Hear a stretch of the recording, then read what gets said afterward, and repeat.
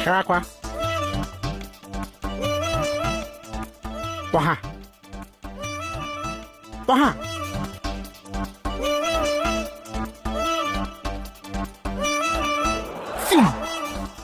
পঢ়া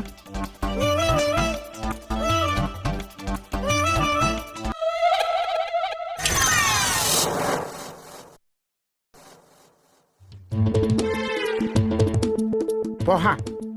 এই দুখন পঢ়ি হ'লে আৰু আনি দিম পঢ়া মুখস্থ লাগিব